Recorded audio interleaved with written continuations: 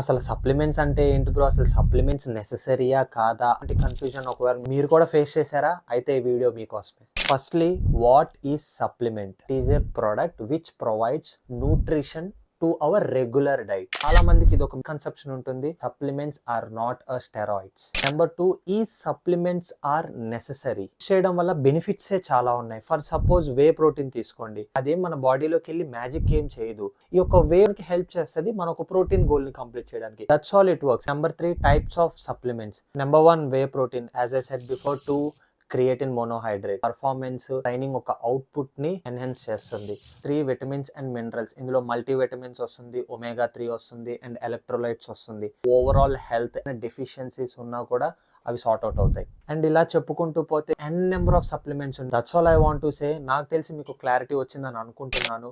ఒకవేళ ఇంకా రాకపోతే డిఎం చేయండి, కామెంట్ చేయండి.